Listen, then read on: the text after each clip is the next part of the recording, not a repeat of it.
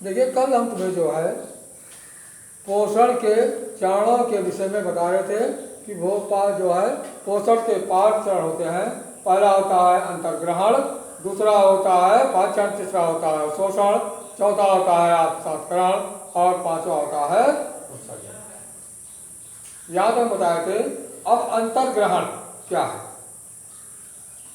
तो बाह्य वातावरण से भोजन को शरीर में ग्रहण करना। बाह्य वातावरण से भोजन को शरीर में ग्रहण करना, बाह्य वातावरण से भोजन को शरीर में ग्रहण करना अंतर्ग्रहण कहलाता है।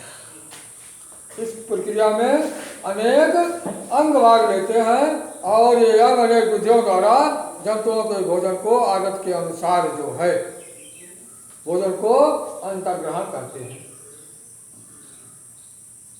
अब भोजन जो है छोटे से लेकर के बड़े जंतु तक सभी मुख से करते हैं।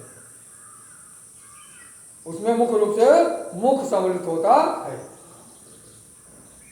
और प्रत्येक जंतु का मुख उनके भोजन के अनुसार रूपांतरित होता है।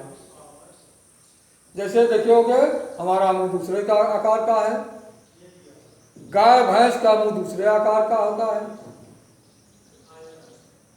सांप का मुंह दूसरे आकार का होता है, चूहे का मुंह दूसरे आकार का होता है। तो भोजन ग्रहण करने के अनुसार मुख भी होते हैं। पक्षियां हैं, उनका मुंह दूसरे आकार का होता है। तो ये मुख्य रूप से अंतर्ग्रहण करने का पहला माध्यम है। दूसरा है अंतर्ग्रहण के बाद पाचन होता है।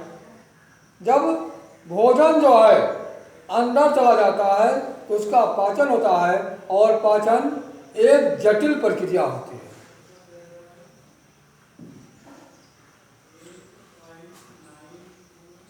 और जो हम भोजन करते हैं उसको एक जटिल प्रक्रिया के द्वारा जो है छोटे छोटे टुकड़ों में विभाजित करते हैं और उनको तत्वों को अलग करते हैं। वो तत्व होते हैं कार्बोहाइड्रेट, वसा, प्रोटीन, विटामिन आदि।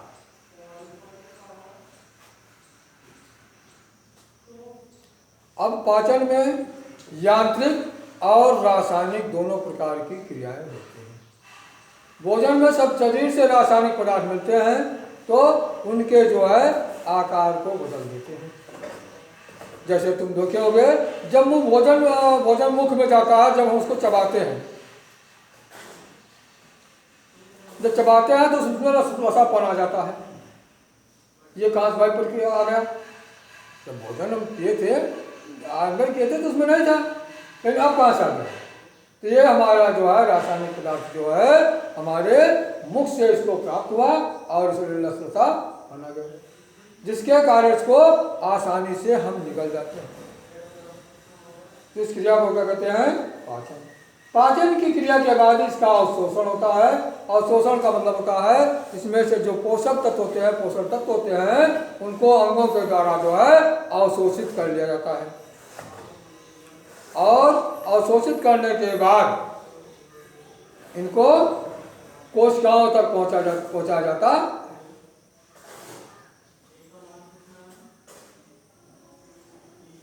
तो अब जो ये प्राप्त होता है हमें, इनसे जो है जो तत्व प्राप्त होते हैं उनका फिर इसके आगे जो क्रिया होती है उसे कहते हैं आत्मसात्करण। इस क्रिया के द्वारा जो है इसे जीवनदायी प्रक्रिया कहते हैं।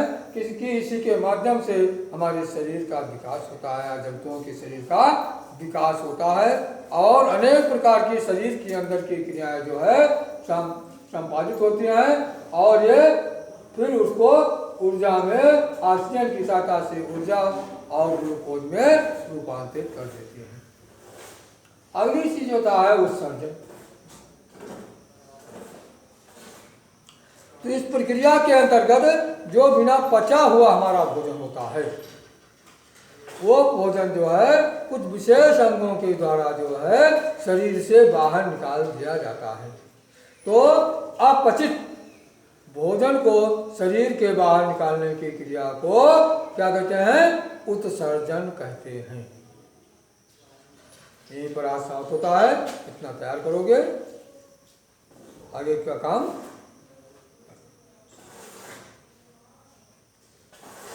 चलो।